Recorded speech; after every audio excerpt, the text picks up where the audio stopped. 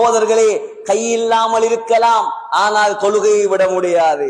கால் இல்லாமல் இருக்கலாம், தொழுகையை விட முடியாது. இரண்டு கையும் இரண்டு காலும் இல்லாமல் இருந்தாலும் தொழுகையை விட முடியாது. இதே நோய் இருக்கலாம், கேன்சர் இருக்கலாம், அல்லது கிட்னி அடிபட்டு போயிருக்கலாம். சக்கராத் வரும் வரைக்கும் யாருக்கும் தொழுகையை விடுவதற்கு இந்த சமுதாயத்தில் அனுமதி கிடையாது. சகோதரர்களே, எந்த சாட்டையும் தொழுகைக்கு யாரும் சொல்ல முடியாது. எந்த காரணத்தையும் அல்லாஹ்விடம் தொழுகைக்கு யாரும் சொல்ல முடியாது. யார் தொழாமல் இருக்கிறார்களோ, சகோதரர்களே, பருவ வயதை அடைந்தும் யார் தொழாமல் இருக்கிறார்களோ, முஸ்லிம்களாக இருந்து அவர் தொழாமல் இருப்பதற்கு ஒரே ஒரு சாட்டு, அவர் பைத்தியக்காரனாக இருக்க வேண்டும்.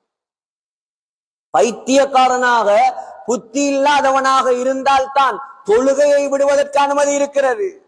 அது அல்லாமல் யாருக்கும் எந்த கட்டத்திலும் தொழுகையை விடுவதற்கு எந்த அனுமதியும் கிடையாது. சகோதரர்களே, யாரிடம் தொழுகை இல்லையோ அவனுக்கு இஸ்லாமே கிடையாது. யாரிடம் தொழுகை இல்லையோ அவன் முஸ்லிமே கிடையாது.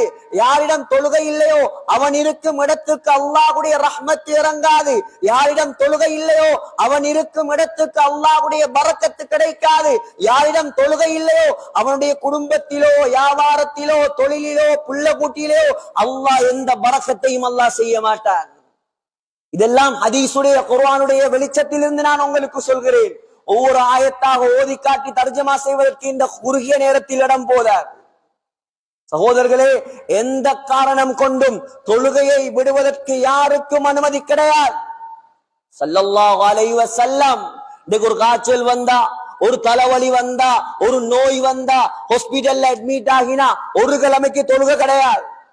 ஒரு சிலர் விட்டு விட்டு தொழுகிறது, ஒரு சிலர் தொழாமலே இருப்பது, ஒரு சிலர் வெள்ளிக்கிழமை மட்டும் தொழுவது, இன்னும் ஒரு சிலர் நோன்பு வந்தா தொழுவது. யாரே ஏமாத்த? எங்களை நாங்களே ஏமாத்துவதா? அல்லாஹ்வை யாராலும் ஏமாத்த முடியாது.